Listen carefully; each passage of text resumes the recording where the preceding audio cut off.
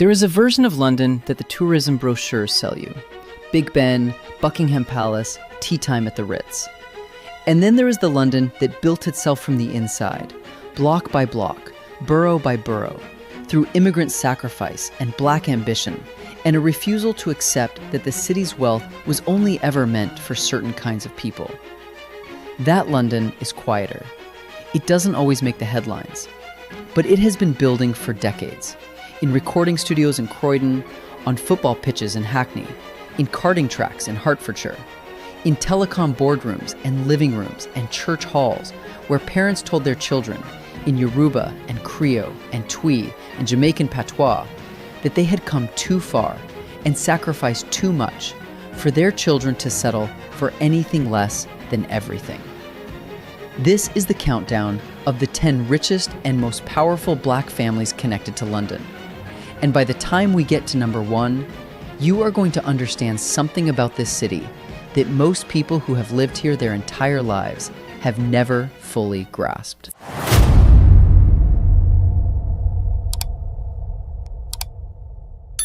At number 10 is the Akogwu family, better known to the world through the stage name of its most famous son, Tiny Tempa.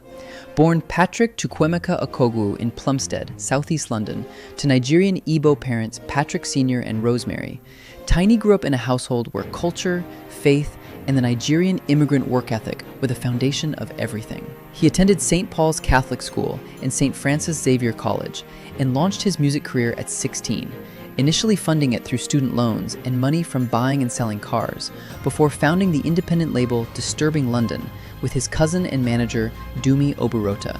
The label went on to break artists including Western and Youngin, and Tiny's debut album Discovery in 2010 went straight to number 1 on the UK albums chart, producing back-to-back number 1 singles in Pass Out and Written in the Stars. His estimated net worth sits at approximately £10 million, but the Tiny Tempa family story acquired a dramatically different financial dimension in 2019, when he married Eve Dehaan, one of 8 children born to British business tycoon Sir Roger Dehaan, whose personal net worth has been estimated at between £900 million and £1.1 billion. Tiny Tempa, the son of Nigerian immigrants from Plumstead, is now connected by marriage to one of the wealthiest families in the United Kingdom. Sometimes the most extraordinary London stories are the ones nobody expected. At number 9 is a name that every football fan in Britain already knows, but whose full financial and cultural story is considerably richer than most people realize. Ian Wright was born in Woolwich, southeast London, in 1963, into circumstances that offered very little structural advantage: a difficult childhood, an abusive stepfather, and a school system that had no particular interest in his potential.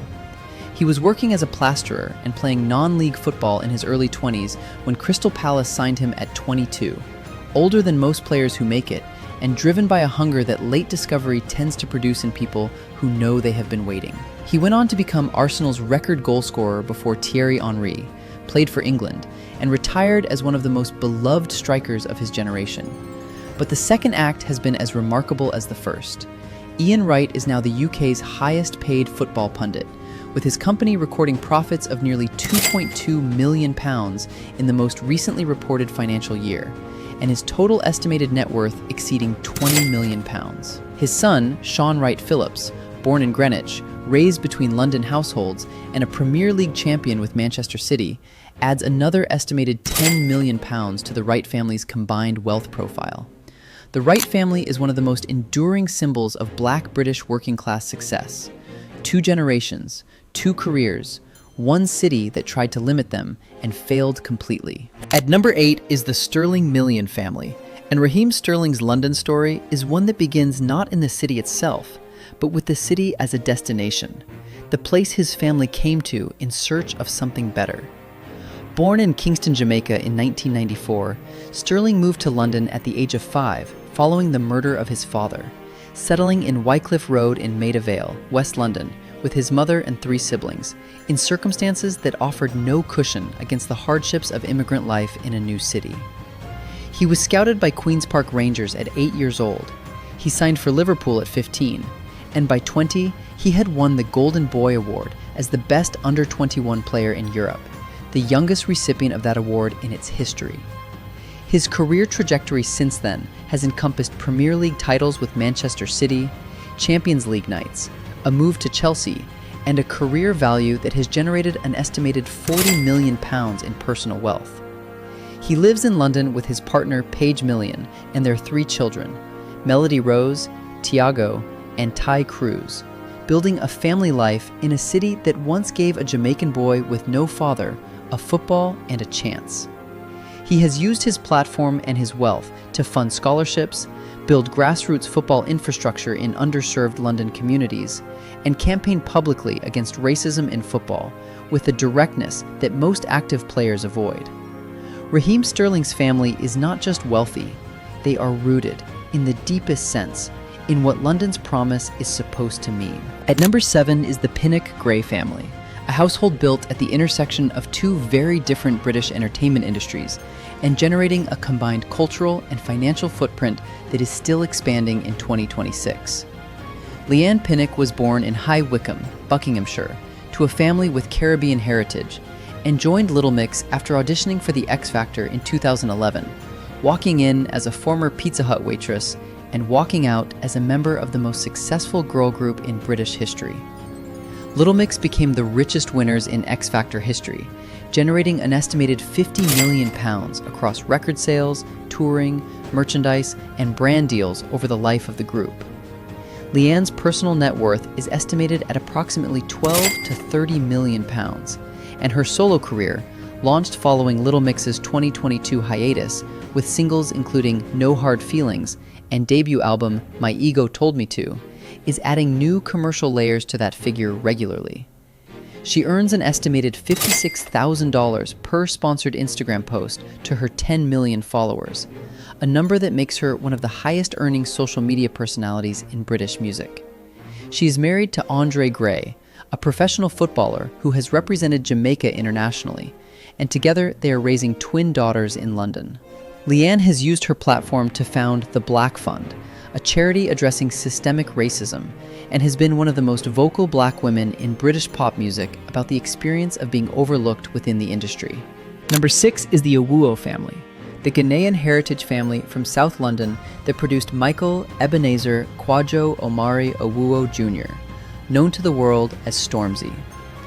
Born in Croydon in 1993 to a Ghanaian mother who raised him and his siblings as a single parent in a household where money was tight and faith was non-negotiable, Stormzy began uploading freestyle videos to YouTube in 2014 and became, within 3 years, the defining voice of British grime, a genre born in council flats across London and dismissed for years by mainstream gatekeepers who had no framework for what it was becoming. His debut album, Gang Signs and Prayer, in 2017 became the first grime album to debut at number 1 on the UK albums chart without any radio playlist support. He headlined Glastonbury in 2019, the first Black British solo artist to do so, and delivered a performance widely described as the greatest Glastonbury headline set of the 21st century, emerging on stage in a stab vest designed by Banksy, surrounded by a black ballet company, as a deliberate statement about the intersection of Black art, Black vulnerability, and Black excellence in Britain. He established the hashtag Murky Foundation Scholarship at Cambridge University, covering full tuition and living costs for Black British students, and founded hashtag Murky Books under Penguin Random House to amplify underrepresented voices in British literature. His estimated net worth is £26 million, and his mother, who raised him in Croydon on sacrifice and prayer, has seen her son headline Glastonbury, fund Cambridge scholarships, and change British culture from the inside. The Owuo family doesn't just run London, they upgraded it.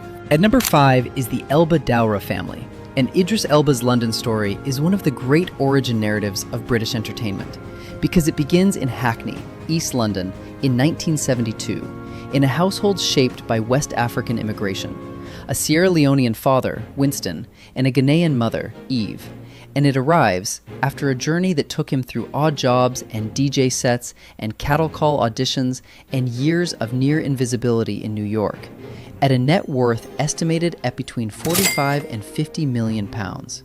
Idris attended school in East Ham, started a DJ company with friends as a teenager, and began taking acting roles in British television in his early 20s, before a decision that changed everything.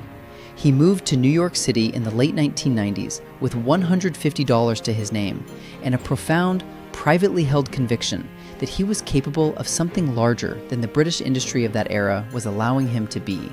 He auditioned for The Wire using a fake American accent. He got the part.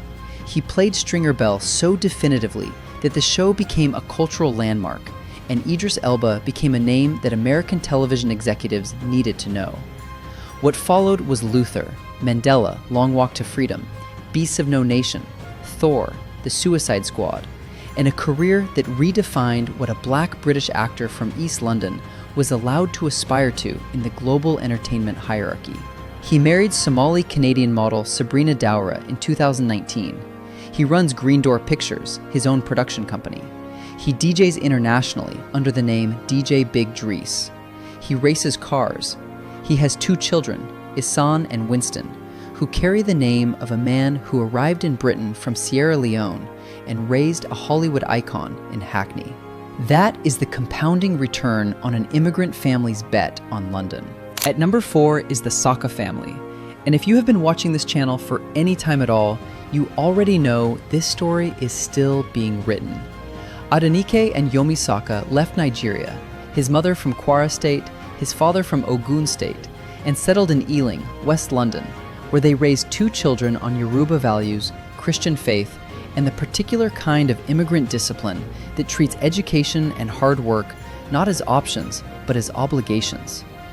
Their younger son, Bukayo Moses Ayoyinka Temidayo Saka, joined Arsenal's Hale End Academy at age 7 and made his professional debut at 17. He has just won his first Premier League title at the age of 24, earning £300,000 per week as Arsenal's highest paid player ever, a contract extension that made him, in financial terms, the most valuable individual the Hale End Academy has ever produced. His first-team career has generated an estimated £50 million in wealth, and growing. He is a New Balance signature athlete, an endorsement partner across multiple global brands, a Premier League champion, and a young man who, in June 2023, flew back to Nigeria, not for a brand campaign, but to see his grandparents in Kwara State, because the money and the fame and the trophy have not moved him 1 inch from who his parents raised him to be. The Saka family bet on London. London is still paying dividends. At number 3 is Sir Mohammed Farah. And if there is a single London family story on this list that most completely captures the distance between a starting point and a destination, it is this one. Mo Farah was born in Mogadishu, Somalia in 1983, the 4th of 6 children. When he was 8 years old, civil war shattered his country and separated him from his family. He arrived in England at the age of 9, alone, without his parents, smuggled to Hounslow, West London, by strangers, unable to speak English, with no way of contacting home. He was taken in and cared for by a Somali family in Hounslow, and it was his PE teacher, Alan Watkinson, who first recognized in him the physical and mental gifts that would eventually define British athletics. Mo Farah ran for the first time competitively in a school hall in Hounslow. He ran at the 2012 London Olympics in front of 80,000 people, and won gold in both the 5,000 meters and the 10,000 meters in the same night, a feat so extraordinary that the crowd didn't know how to process it and simply erupted for several uninterrupted minutes. He won the same double at the 2016 Rio Olympics, becoming Great Britain's most successful track athlete in Olympic history. He was knighted in 2017.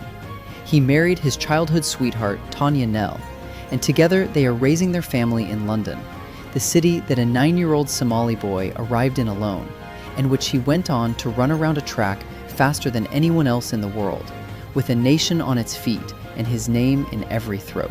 And at number 2, the family whose story forces a rethink of every assumption about what black wealth looks like in the British context, is Strive and Tsitsi Masiyiwa, London's most quietly extraordinary black family. Born in Zimbabwe in 1961, Strive Masiyiwa fled civil unrest as a child, eventually making his way to the United Kingdom, attending a private school in Scotland, funded by his entrepreneur mother, before earning an engineering degree from the University of Wales. He returned to Zimbabwe and founded Econet Wireless in 1993, fighting a 5-year legal battle against Robert Mugabe's regime, a government that did not want private competition in telecoms, and eventually prevailing in the Supreme Court. He built Econet into a multinational technology conglomerate operating in over 40 countries across 4 continents, including Liquid Intelligent Technologies, Africa's largest fiber optic network, and Cassava Technologies, a rapidly expanding AI and fintech enterprise. In 2021, the Sunday Times Rich List named him the first black billionaire to appear on its list, a milestone so significant in the context of British economic history that it made international headlines. His net worth, as of 2026, is estimated by Forbes at $2.2 billion. He sits on the boards of Netflix, the Gates Foundation, and the National Geographic Society. He and his wife Tsitsi, who leads the family's Higher Life Foundation and Delta Philanthropies, have funded over 400,000 scholarships for orphaned and vulnerable children across Africa. They are signatories of the Giving Pledge, committing the majority of their wealth to philanthropy. In May 2025, they jointly received the David Rockefeller Bridging Leadership Award. In August 2025, Time magazine named Strive Masiyiwa on its list of 100 most influential people in AI. He now runs his global empire from Jersey. A man who fled Zimbabwe as a child, funded through school by his mother's entrepreneurial hustle, built a $2.2 billion technology empire, became the first black billionaire on Britain's richest list, and then pledged most of it away. Because, as he has said, wealth is only the beginning of the story, not the end of it. And at number 1, the wealthiest, most globally recognized black family with roots in London is the Hamilton family. Lewis Carl Davidson Hamilton was born on January 7, 1985, in Stevenage, Hertfordshire, to Anthony Hamilton, a black British man of Grenadian descent who worked multiple jobs simultaneously, including as a computer analyst and IT manager, to fund his son's early karting career, and Carmen Larbellestier, his white British mother. Anthony and Carmen divorced when Lewis was 2. Anthony later remarried, and Lewis moved in with his father, stepmother, and half-brother Nicholas, who himself became a racing driver despite having cerebral palsy, a detail that tells you something essential about the Hamilton family's relationship with barriers. Anthony Hamilton managed Lewis's entire early career personally, selling everything, borrowing everything, pouring everything into a karting prodigy he recognized before the world had any mechanism to confirm what he was seeing. Lewis Hamilton entered Formula One with McLaren in 2007 and nearly won the World Championship in his debut season. He won it in 2008. He joined Mercedes in 2013 and won 6 more championships: 2014, 2015, 2017, 2018, 2019, and 2020, tying Michael Schumacher's all-time record of 7 titles, a record that stood because no one in the sport's 70-year history had come close to it. He moved to Ferrari in 2025, signing a contract reportedly worth $107 million per season, because at 40 years old, Lewis Hamilton still had something left to prove, and chose to prove it wearing red. In 2025, the Sunday Times Rich List named him Britain's richest active sportsman, with a fortune estimated at nearly £400 million. Forbes clocked his annual earnings at $80 million. He is a partner in the Denver Broncos NFL franchise. He founded the Mission 44 Foundation, investing millions in opportunities for young black British people in the communities where he grew up. He has been knighted. He identifies as black. He grew up on a Stevenage council estate. His father worked multiple jobs so that a black boy from Hertfordshire could sit in a racing car and discover that he was the fastest human being on earth when placed in the correct machine. And that machine, and that father, and that boy Together, they built one of the most extraordinary family stories that London, or Britain, or the world has ever produced. The Hamilton family did not inherit their place at the top of this list. They drove there, flat out, in the rain, without a safety car. And they arrived first, as they always do. So now the question comes to you. Which of these powerful black families in London surprised you the most? And which family do you think truly runs the city? Let me know down in the comments below. And if you enjoyed this video, we've got another incredible black success story waiting for you, right here on Black Elites. Don't forget to give this video a like, share your thoughts in the comments, hit that subscribe button, and turn on the notification bell. And never stop watching Black Elites. I'll see you in the next one.